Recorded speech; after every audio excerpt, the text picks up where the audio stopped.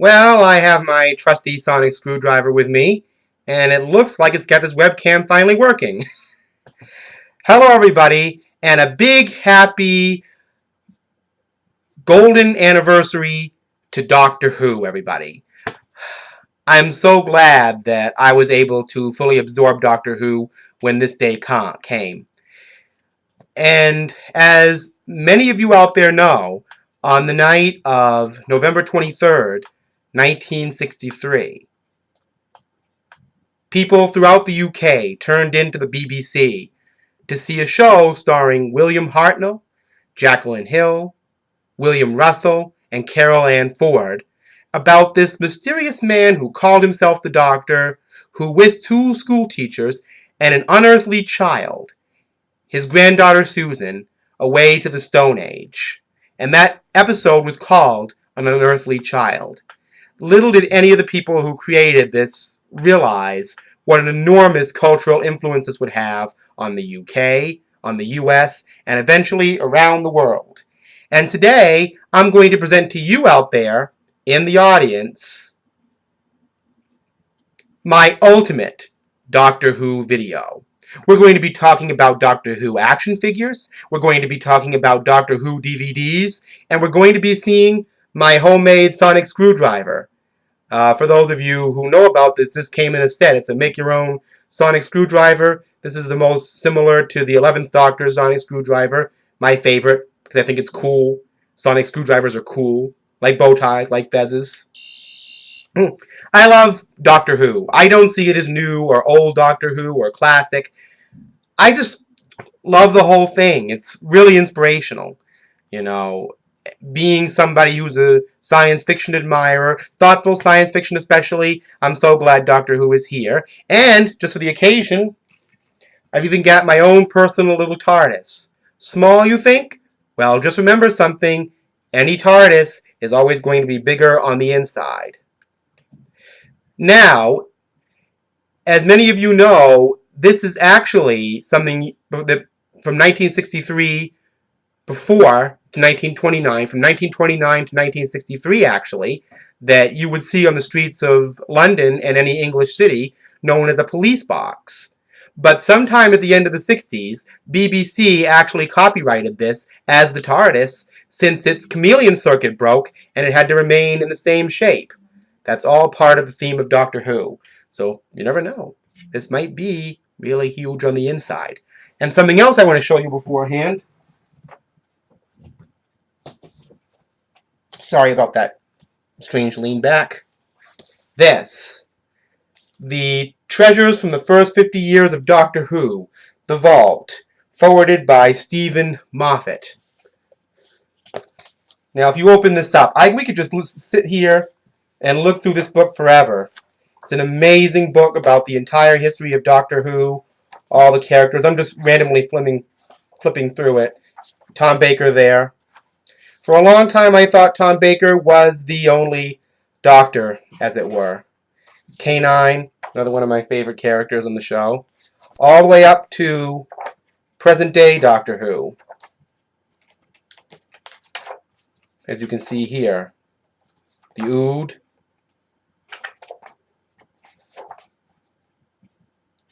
Clara Oswin Oswald, the Impossible Girl. And, even at the end, Doctor Who stamps and a picture from the Doctor Who TV movie, An Adventure in Space and Time, which aired on the BBC last night. An amazing book. You should all go look for it. And here's some more things for you.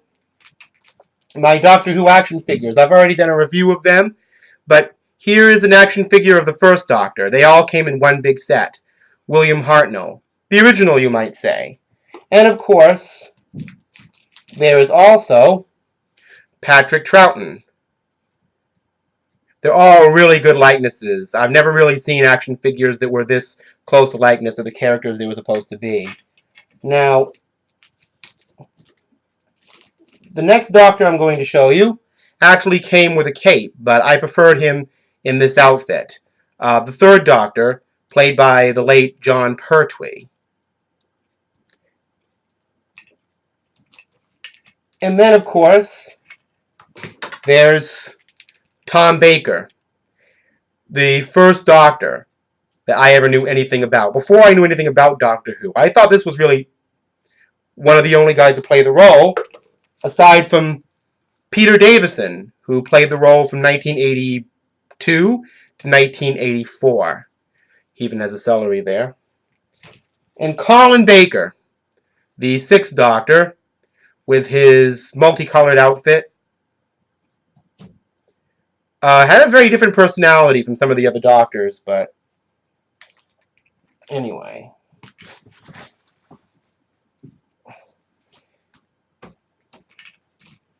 This is the seventh Doctor, as portrayed by Sylvester McCoy. He portrayed the Doctor at the end of its classic run, from its 24th to its 26th season in 1989, of course.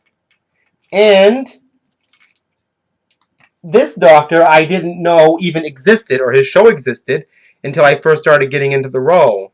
Paul McGann, as the eighth Doctor, only got one television movie. But he recently appeared in a BBC short called The Night of the Doctor, which led into a actual TV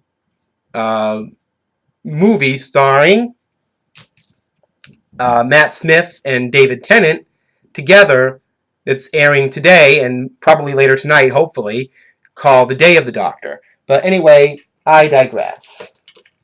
Now we go into the era of the new Doctor Who, and we start out with the ninth Doctor, Christopher Eccleston. Christopher Eccleston played the role in 2005, but he left shortly after taking it to be replaced by David Tennant, who theoretically played the role of the 10th Doctor roughly the same amount of time that John Pertwee played the third, a good 5 years. And then after him is the current Doctor, Matt Smith, as the 11th. And the 11th is about to fall. That's right. This Christmas, he's going to regenerate into the 12th Doctor. Anyhow, I would like to make a shout out right now to my good friend and somebody who I try to watch as many videos of here as possible, the new time travel Hyman 88, who does a lot of favorite Doctor Who episodes, reviews, so on and so forth. Shout out to the new time travel Hyman 88, and I also wanted to tell you that I'm dedicating this video to you. That's right, and the reason that I am going to be doing that is because I'm doing my own top 25 Doctor Who stories, from the classic to the present day, and I'm going to be talking to you a little bit about them right now. The first Doctor Who story on that list, I'm going to be doing them in order of production, is the first Doctor Who made, An Unearthly Child, which aired in November of 1963. All these stories that I'm presenting to you right away, if you're not a fan of Doctor Who and are kind of curious about it, these are all stories I'd recommend you getting into. I'm not going to tell you a whole lot about them, but just watch the stories if you can. Rent them from Netflix or look for them online somewhere. But anyway, Unearthly Child, first episode. I should note that the first 6 seasons of Doctor Who were filmed and aired in black and white. And because of the BBC's junking policy of the 70s, a lot of these stories are missing, some even fragmented. But that's all part of Doctor Who's history, that a lot of it is missing to this day, and still there are episodes that are being found. I just got this year, actually. I originally had this, and this is the first Doctor Who DVD I've replaced with a special edition, and this is The Aztecs. In the 60s, Doctor Who used to do a lot of historical stories, because the show was designed as an educational program for children originally. Children being between the ages of 11 and 14 approximately. So they would do episodes that didn't have a science fiction element and were just about a certain time in history. And this actually has to do with the Aztecs, and it has a great message too. And about those lost episodes, the BBC did a reconstruction of another lost episode from the first Doctor on the bonus disc of this called Galaxy 4, which they found the complete third episode for, and used various animations and stills to reconstruct the rest with the original dialogue, which is definitely worth seeing also. So I highly recommend, if you get the Aztecs, get the special edition. If you've never seen the Aztecs, I don't need to say any more. Pick this one up. It's worth it for Galaxy 4, too. The second Doctor was hit hardest with a lot of the junking of the DVD. And if you're wondering why there are so many DVDs here, that aren't being represented, it's because these DVDs are my top 25 favorite out of the DVDs I actually have. I've actually seen almost all the classic series. All the Jon Pertwee episodes, all the Colin Baker era, what have you, most of the Tom Bakers, most of Peter Davison's, but I don't have them on DVD. But these are just the ones I have on DVD. I have many other favorites that I've seen. City of Death, for example, the War Games. I just don't have them on DVD. But The Mind Robber is my favorite second Doctor that I have on DVD. Very imaginative story. And now we get to a very different era of Doctor Who. The third Doctor. For a long time, this is one I didn't have on DVD, but I got the special edition. Spearhead from Space. The debut for the third Doctor, Jon Pertwee. What makes this DVD so special? Well, it was the only Doctor Who of the classic era filmed entirely on film and not videotape, which gives it the quality more of a theatrical movie. And it's a very well done story, too. So it's one of the best Doctor Whos. I would dare say, if you're out there and you haven't watched Doctor Who, take a look at this. It'll be sure to really get you into it. It's a wonderful story. The next one is from that same season, season 7, The Ambassadors of Death. A 7-part story that came out on DVD, as a matter of fact, last year. And that completed the entire 7th season being released on DVD. Honorable mention, not part of the list. One of my favorites this season, Inferno, I will probably be getting on DVD because Inferno was just one of my favorites, and I have to have it on DVD, even though I've seen it. This one is actually out of print at the current time, but it's one of my favorites, and it goes good with Spearhead in Space, too. Terror of the Autons, the debut of Roger Delgado as the Master, the original Master. And this is a great story, if you can find it. And if there's a special edition come out, get it. The Mind of Evil. This completed, this year when this came out, this completed the original run of Jon Pertwee's DVDs on episodes on DVD. And it's a great story, too, from season 8. Another favorite of mine, also starring the Master, as the last two did, The Daemons. Roger Delgado's Master got to be in a whole season, season 8, with the third Doctor. So that's a great episode from that era. Now is The Three Doctors. This was William Hartnell's last appearance in Doctor Who. As many of you know, for you non-Whovians out there, the Doctor is a character who is a Time Lord, and he can regenerate his body, replacing his entire physical body. But essentially, it's the same character. All these characters here, first, second, and third Doctor, they're all the same character. They've just changed bodies, and maybe that's made their minds work somewhat differently, but they're all the exact same characters. And that's the one thing I love about Doctor Who. And even all those characters I showed you in action figures, they're all the same character too. But this is a great story that actually tells you a little bit about the Time Lords and how they came to be and how they invented time travel. There's a special edition of that too. And this next one from the Tom Baker era. This is the original edition, The Ark in Space. A fantastic story. It's got the late Elizabeth Sladen as Sarah Jane Smith and Tom Baker, and Ian Motter as Harry Sullivan. Just a great story. Another good jumping off point into Doctor Who, I'd have to say, would be The Ark in Space. Pyramids of Mars, during the Hammer horror period, what more can I say? Just classic Doctor Who. I just had to buy this. I was renting them too, but I just had to get this. Sight on the scene, I mean. Nothing more I can say about it. It's just a Doctor Who classic. Anyway, another first edition, The Robots of Death. Another really good story. His companion was Sarah Jane's successor, Layla.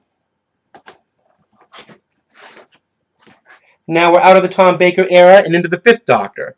His debut story, Peter Davison, starring Anthony Ainley, the late Anthony Ainley, as the new Master. Great story, very surreal, and great introduction for the Fifth Doctor.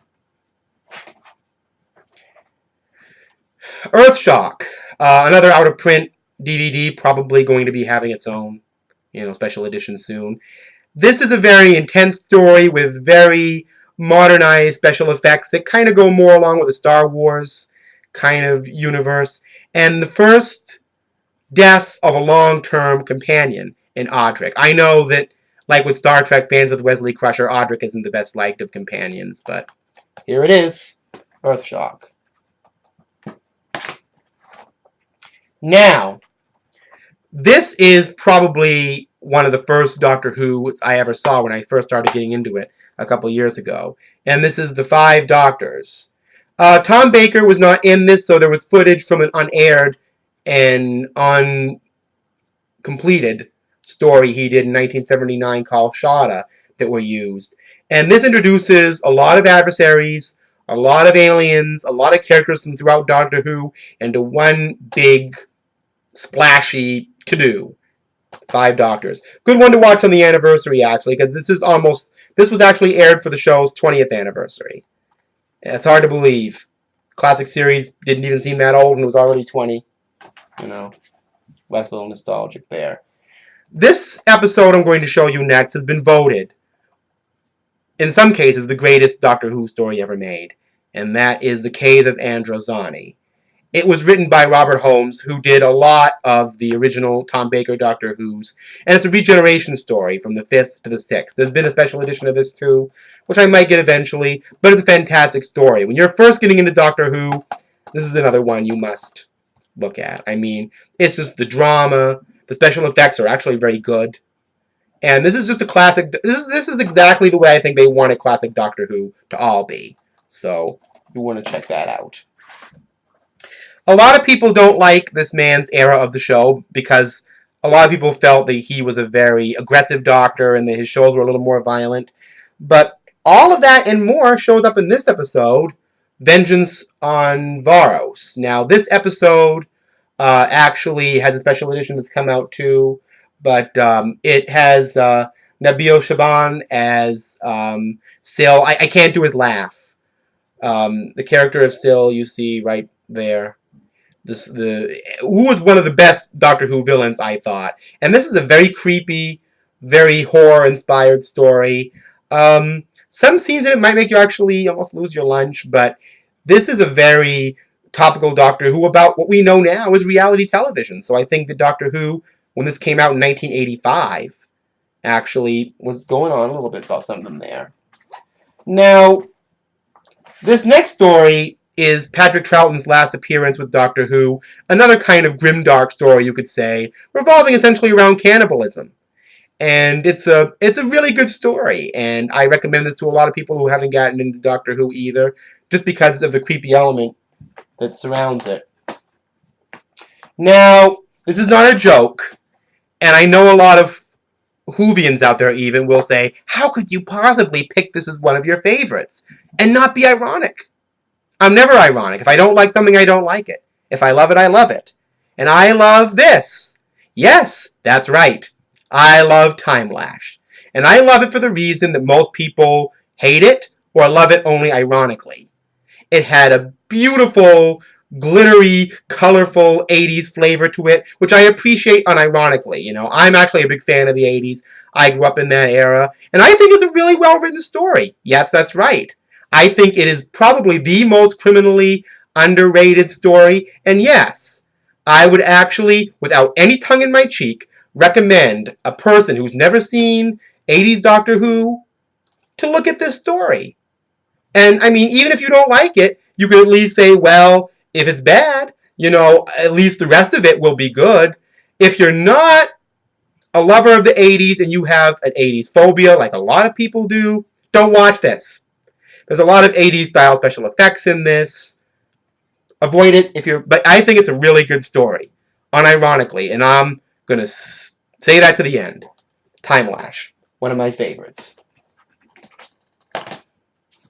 Now, we're coming into the era of the 7th Doctor, who was the last of the classic Doctors, and the Happiness Patrol.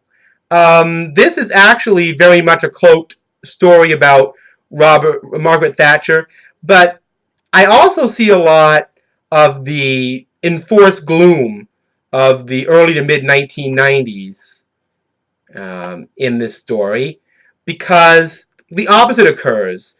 The lead character in this, Helen A, actually is trying to keep the planet's census in line by enforcing people to be happy all the time, not when they really feel happy. And I think that it's very topical for an era that started celebrating only reality and the grim aspects of life. It's a very topical story for the decade that was essentially Doctor Who less. Came out in 1988. This is also out of print, Ghostlight, from the final season of Sylvester McCoy's run as the Doctor. A very complicated and metaphysical story. The character you see there actually represents the quality of light itself. This is a very interesting story, and I really recommend you see it. A very surreal story. Another honorable mention from the 5th Doctor, one that I'm going to be getting on DVD soon, Kinda. If I can make a top 30, that would easily be in it. Along with, things like The City of Death with Tom Baker. But I digress there. So now we're getting into what they call the New Who.